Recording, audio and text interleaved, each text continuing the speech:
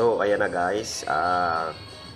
Kung umuwi kayo ng Masbate, Bicol, huwag na kayong tumuloy o mag-isip na kayo. Napaka-traffic talaga. Sus, grabe.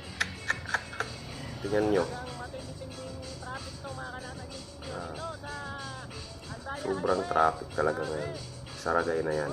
Ayaw ko ba yung lugar na yan? Bakit? Hindi naayos ng government yan. Pinapabayaan na dapat pag umuwi yung mga tao pag mga bakasyon, dapat din nila inaayos yan dahil uwiin yan lahat ng mga sasakyan guys.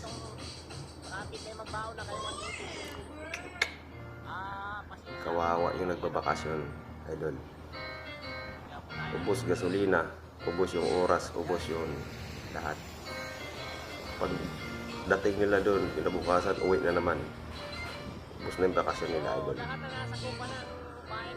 Ayan idol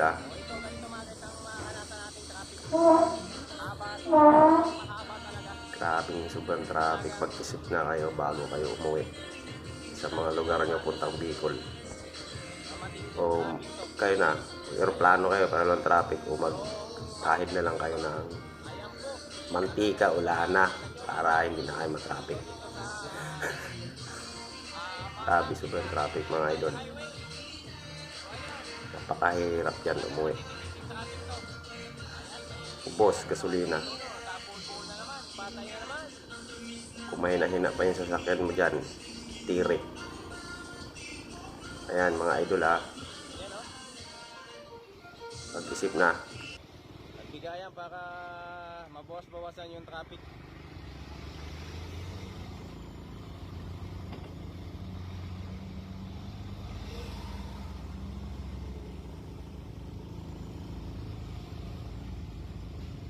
Matindi-tinding traffic talaga to.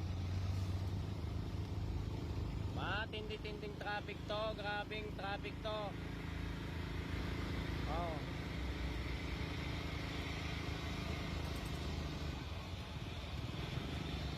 Yan o.